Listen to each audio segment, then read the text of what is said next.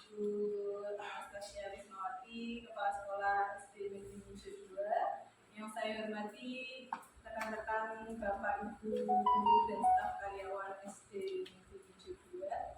Pertama-tama marilah kita panjatkan puji syukur kehadirat Allah karena hari ini kita bisa berkumpul di ruangan kelas 4 ini untuk mengikuti kegiatan diseminasi budaya positif. Jadi hari ini kita akan belajar bersama tentang bagaimana menciptakan budaya positif di sekolah.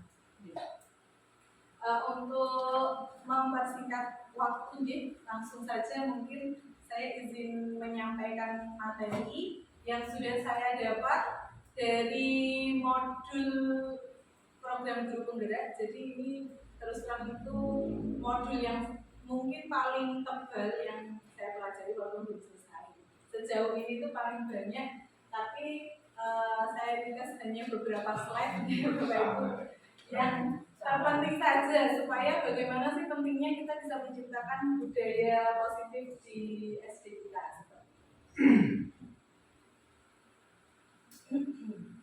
Jadi budaya positif itu tentu Bapak Ibu sudah tahu, nggak usah ya teori banget gitu sih. Jadi ya jadi bagaimana sih isinya itu ada diantaranya disiplin positif, kemudian kita bisa memahami motivasi peserta didik kita, gitu, kebutuhan peserta didik kita yang belum tercukupi, kemudian posisi kontrol guru, posisi kita ketika menangani sebuah kasus atau bagaimana menghadapi murid, itu kemudian juga tentang keyakinan sekolah atau keyakinan kelas. Mungkin Bapak Ibu semua juga sudah membuat itu, seorang guru yang baik tentunya harus memiliki kemampuan dalam mewujudkan budaya positif di sekolah. Maka tentu kita sudah merasa alhamdulillah lingkungan kita itu budaya positifnya sudah terbentuk, tercipta, tapi tentunya perlu ditingkatkan lagi. Yang poin pertama adalah disiplin positif. Disiplin itu berasal dari kata disiplina yang artinya belajar. Jadi disiplin positif di sini adalah bagaimana sih nanti cara kita menanamkan anak yang disiplin tapi tanpa misalnya kekerasan, tanpa mungkin perlakuan yang kurang mengenakan. Jadi nanti diharapkan timbul dari anak sendiri, bukan karena sebuah paksaan atau motivasi eksternal. Kemudian berhubungan dengan menciptakan budaya positif itu ada nilai-nilai yang tentunya kita sudah tahu gitu Pak Ibu. Namanya nilai-nilai kebajikan. Jadi nilai-nilai kebajikan ini adalah nilai-nilai yang disepakati bersama di lingkungan kita tentunya. Oh, contohnya misalnya dia ada toleransi, tapi itu perilaku yang baik. Oh iya, kalau anak tidak toleransi berarti tidak baik. Jadi nilai-nilai kebajikan yang dimaksud adalah seperti ini. Kemudian ada contoh lagi nilai yang sudah dijabarkan di profil pelajar Pancasila yang sesuai dengan 6 dimensi itu. Tentunya itu nilai-nilai positif, nilai-nilai kebajikan. Nah, nilai-nilai inilah yang tentunya kita sasar agar menjadi karakter dari peserta didik, agar menjadi ini arahannya dari disiplin yang kita ciptakan. Jadi supaya lingkungan kita itu anak-anaknya saling toleransi, saling hormat, menghargai, mandiri. Nah, penciptaannya adalah berdasarkan nilai-nilai kebajikan. Kemudian untuk mewujudkan budaya positif yang perlu dipahami adalah satu, kita harus mengerti kebutuhan dasar manusia. Nah, kebutuhan dasar manusia itu kan sesuatu yang dilakukan untuk mendapatkan apa yang diinginkan. Nah, di sini kaitannya adalah kita subjeknya adalah murid. Jadi apa aja sih kebutuhan dari dasar manusia? Nah, ini kita berkaca ke murid ya. Jadi yang pertama adalah bertahan hidup. Masih ada nggak ya misalnya di kelas anak yang ngambil makan atau suka minta jajan temennya? Nah, berarti dia itu kebutuhan bertahan hidupnya itu belum terpenuhi. Mungkin sampingnya dari orang tuanya kurang ya, jadi termasuk kebutuhannya. Kemudian kasih sayang dan rasa diterima. Contohnya yang lagi trending topik ya benar bias. Karena jadi dia kebutuhannya itu kan kebutuhan kasih sayangnya itu belum terpenuhi. Makanya kita tugas guru adalah nanti bisa mengakomodir ya kebutuhan dari anak tersebut. Jadi kita bisa mengerti kebutuhan apa yang memang belum tercukupi. Kemudian penguasaan. Kalau penguasaan itu berarti harga diri. Dia ingin terlihat wah di teman-temannya, dia ingin merasa yang paling bisa. Ya betul. Seperti contohnya Farel. Dia ingin dianggap, ingin memimpin yang kayak gitu. Ya kadang tingkah lakunya memang arahnya yang ingin berkuasa gitu. Kemudian ya kebebasan yang banyak juga. Ketika belajar anaknya bosen, pengen lari-lari karena apa? Dia masih ingin yang namanya kebebasan. Atau mungkin ketika diminta anak mengerjakan tugas ini malah dia tidak sesuai dengan apa yang diinginkan dulu, berarti ada kebutuhan kebebasan yang belum dicukupi. Kemudian kesenangan itu adalah kebutuhan para murid-murid kita di Bapak Ibu. Kita harus tahu kira-kira ketika ada masalah, dasarnya tuh mungkin kebutuhan ini yang belum tercukupi. Kemudian masuk selanjutnya adalah motivasi perilaku manusia. Di sini dibahas penting karena apa? Karena guru itu harus bisa menumbuhkan motivasi internal. Jadi motivasi ada dua, yaitu eksternal dan internal. Kalau eksternal itu biasanya karena ada alasan, tidak ingin dihukum misalnya, ingin mendapatkan sesuatu, misal gurunya ngasih hadiah uang atau jajan, itu adalah motivasi eksternal. Kemudian yang kedua adalah motivasi internal yang tumbuh dari diri sendiri. Saya kayak Bu Nurul, kenapa sih kok tetap berangkatnya nggak sih setiap pagi? Lah mungkin karena itu sudah motivasi internal. Ya kayak Pak ya. Karena sudah, iya. Berarti itu kan sudah dari diri. Karena memang ya, sebagai guru saya sudah berangkat pagi. Ya, seperti itu bagaimana kita bisa menciptakan motivasi internal ke anak itu. Nanti maka dari itu sekarang ini kan memang dihindarkan. Bapak Ibu guru kan dulu suka ya misalnya termasuk saya memberikan reward apa gitu dalam bentuk makanan, akan dalam bentuk bintang, stiker seperti itu. Ya ternyata ya kurang bagusnya adalah itu menjadi salah satu motivasi eksternal. Jadi bagaimana sih sekarang kita itu bisa menggali atau mengajak anak untuk menanamkan lainnya ya, supaya itu dari diri mereka. Walaupun sebenarnya menurut saya tidak masalah. Dan ilusi bahwa semua penguatan positif, efektif dan bermanfaat itu juga belum. Kemudian kritik dan membuat rasa bersalah mampu menguatkan karakter. Itu juga tidak selamanya benar. Serta ilusi bahwa orang dewasa berhak memaksa. Jadi apa yang kita katakan harus dilakukan anak-anak itu kurang tepat sih. Nah, kemudian posisi kontrol guru ada 5, yaitu sebagai penghukum, teman, pembuat rasa bersalah, pemantau atau manajer. Nah, pasti kita pernah melakukan semua kayaknya aja. Jadi nanti kita lihat seperti apa sih posisi penghukum, teman, pemantau, dan yang paling bagus itu posisi yang seperti apa. Kemudian contohnya aja, misal ada kasus siswa tidak memakai atribut lengkap saat upacara.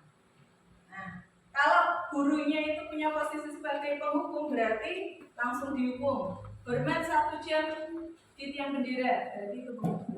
Zaman dulu itu. Ya dulu. Enggak ya, sekarang kita enggak ya.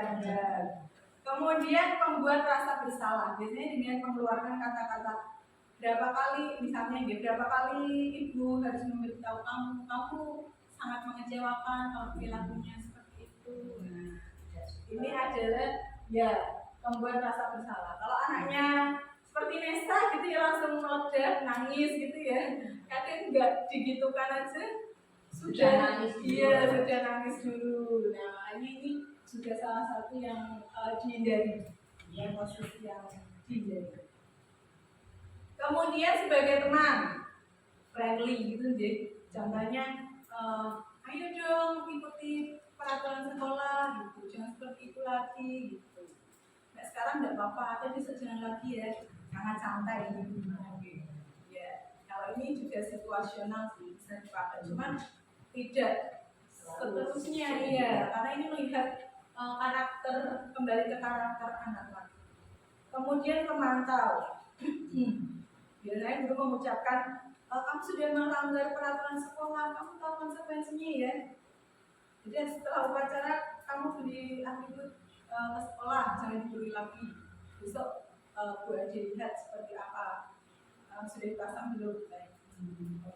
Kemudian yang posisi terakhir adalah manajer. Manajer ini posisinya biasanya lebih, ini berarti yang paling bagus ya. Ini pemandu anaknya. Apakah kamu tahu kesalahanmu? Jadi anaknya kita buat untuk merefleksi. Kemudian juga dia yang memecahkan masalahnya. Kira-kira bagaimana cara kamu memperbaikinya? Kira-kira bagaimana nih setelah ini solusinya? Jadi ini adalah salah satu posisi yang kalau bisa kita lakukan. Jadi ketika anak melakukan kesalahan, itu kita buat anak tersebut itu bisa menyadari kesalahannya dan mencari solusi untuk dirinya. Yes. Kemudian untuk posisi kontrol guru sebagai manajer ini ya, berarti guru membuat suatu atau mempersilahkan murid untuk mempertanggungjawabkan perilakunya dan mendukung murid tersebut agar menemukan solusi. Kemudian posisi manajer ini mengacu pada restitusi. Jadi nanti setelah ini akan dibahas segitiga restitusi. Nanti ada kaitannya dengan itu. Kemudian yang poin selanjutnya adalah keyakinan sekolah atau kelas. Bapak Ibu sudah membuat keyakinan kelas belum? Mungkin setelah ini kalau belum ya bisa. Iya ya Bu. Nah ini ternyata penting. Jadi sangat penting karena apa? Karena ini tuh bisa menjadi salah satu alat untuk kita itu mengajak anak-anak atau mendisiplinkan anak-anak. Jadi menerapkan disiplin positif melalui keyakinan kelas. Jadi ketika dia sudah membuat, kan yang buat juga mereka, bukan guru gitu ya. Kalau guru itu jatuhnya peraturan, ya. Kalau yang membuat hanya kita. Jadi beda antara peraturan dan keyakinan kelas. Ya. Kalau dulu kan peraturan dibuat terus ditempel. Kalau sekarang adalah anak-anak yang membuat ya, bersama dengan guru. Kemudian untuk keyakinan sekolah atau keyakinan kelas ini diadakan tentunya setiap kelas ada. Nanti mungkin kalau ada kesulitan nanti bisa bareng-bareng gitu untuk kita membuat bagi kelas mana yang memang belum ada. Kemudian sekilas saja untuk pembuatan keyakinan kelas nanti bisa dengan cara pertama dari anak-anak dulu. Jadi anak-anak itu bisa menuliskan mungkin di slipnote terus ditempel. Menurut kamu peraturan apa saja nih yang harus disepakati ya? Tapi nanti kan kata-katanya masih kata-kata anak-anak gitu deh. Nah nanti setelah sudah ada misalnya tidak membuang sampah sembarangan, kemudian menghormati teman apa itu nanti dicari nilai kebajikannya. Jadi biar tidak tumpang tindih gitu ya. Jadi kadang kan ada yang mirip-mirip gitu. Tapi kalau kita mengajukan nilai kebajikan, oh berarti sudah ada nilai saling menghargai, sudah ada nilai tanggung jawab, sudah ada nilai kebersihan misalnya. Jadi poin-poin nilainya sudah ada. Dan nanti dibantu oleh guru itu merumuskan menjadi kalimat pernyataan yang positif. Jadi masih dari kalimatnya anak-anak itu. nanti dibuat menjadi kalimat pernyataan yang positif. Kemudian kalau sudah nanti dikaji ulang, kemudian bisa dibuat menjadi kesepakatan seperti itu. Jadi nanti mau di print boleh, mau ditulis ulang oleh anak-anak boleh. Nanti baru jadilah keyakinan kelas, bisa disosialisasiin satu kelas itu untuk ditaati atau dipakai bersama. Kemudian ini adalah poin yang terakhir, yaitu segitiga restitusi. Ini adalah salah satu teori di mana yang dipakai untuk penyelesaian masalah. Jadi ketika ada sebuah masalah, maka Bapak Ibu guru bisa menggunakan segitiga restitusi ini. Ya, tujuannya adalah menghasilkan murid yang mandiri dan bertanggung jawab. Kalau dalam hal ini, guru itu akan berperan sebagai manajer. Jadi posisi kontrolnya adalah sebagai manajer. Nah ini ada 3 tahapan sesuai dengan gambar segitiga. Ada menstabilkan identitas, kemudian validasi, ke arah sini ya, baru menanyakan keyakinan. Jadi ini adalah proses dialog yang dilakukan oleh guru. Saya kasih gambaran contohnya aja. Ketika ada salah satu anak, misalnya dia itu tidak terlambat terlambat sekolah. Nah, posisi pertama adalah menstabilkan identitas. Berarti kata-kata yang harus Bapak Ibu ucapkan adalah kata-kata yang sifatnya itu seperti berpihak kepada anak, mengerti posisi anaknya.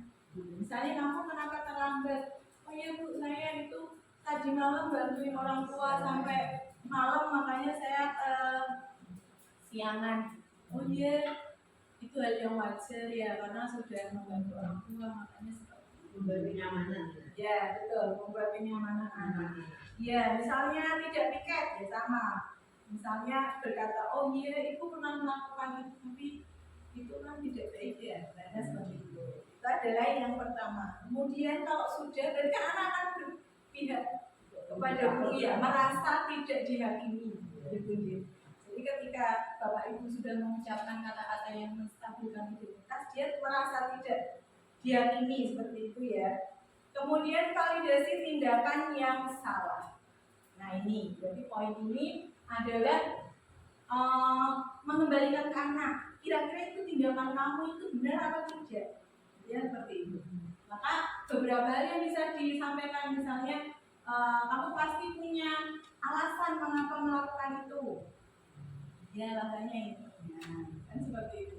Kemudian contoh lagi, kamu melakukannya karena mempertahankan sesuatu yang penting bagimu. Jadi ini lebih ke prinsip perilaku atau upaya alasannya gitu. Alasannya memenuhi kebutuhan itu tuh apa?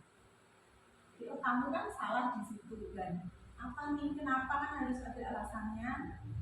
Nah bisa disampaikan di sini. Kemudian baru yang terakhir. Yang terakhir ini akan menggali bagaimana anak tersebut itu bisa memecahkan solusinya, kan seperti itu. Dengan menanyakan keyakinan. Jadi nanti dikembalikan lagi. Makanya kita harus membuat misalnya kayak keyakinan kelas. Karena apa? Nanti pasti dikembalikan lagi.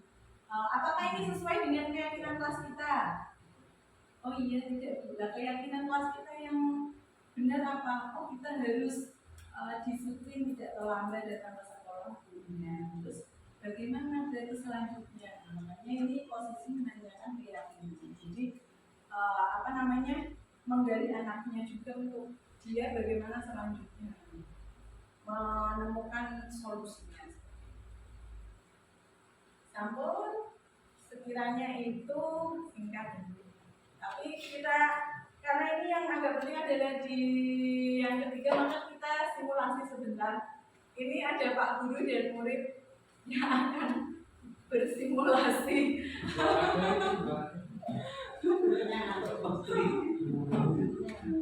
Sini aja ya Pak.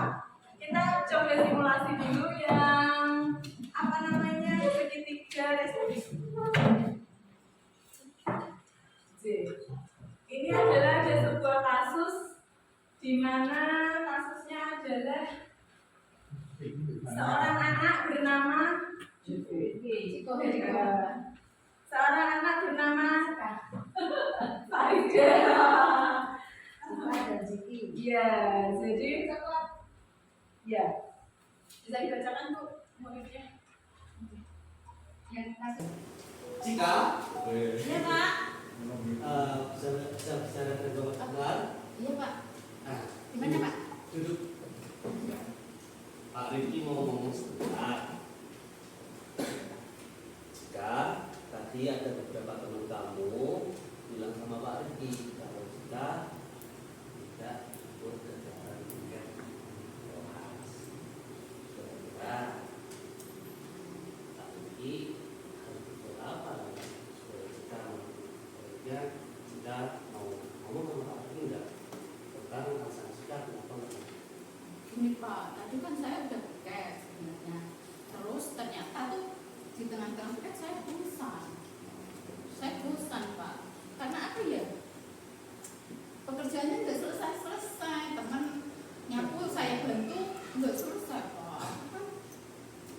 Ya, jadi Pak Rifki paham karena Pak Rifki pernah bekerja juga di kegiatan yang jika akan dilaksanakan itu kan sebetulnya merupakan tanggung jawab dan kita sepakati bersama. Pak Rifki pernah muda dan Pak Rifki dulu juga sering disuruh kegiatan di rumah sama orang tua Pak Rifki, musuh piring dan sebagainya. Kadang-kala memang kita sebagai manusia merasa bosan dan jenuh, dan kita sebagai anak juga biasanya cuma bisa mendapatkan teguran apabila kita tidak melaksanakan.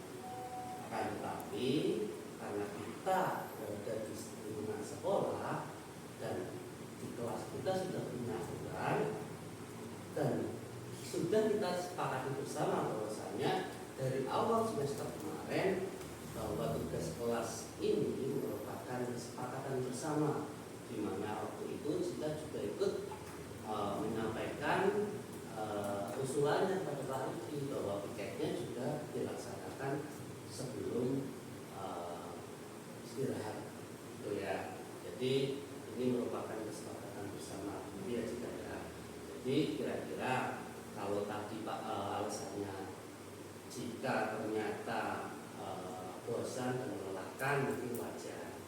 Jadi untuk sekarang lupakan saja tindakan jika yang tadi dan segera meminta maaf kepada teman-teman jika. Kemudian jika nanti silakan untuk dipikirkan kira-kira tindakan apa yang akan jika lakukan supaya memperbaiki tindakan yang sudah jika lakukan tadi. Kira-kira ada masukan nggak jika? Kan ini saya merasa tanggung jawab saya lalaikan.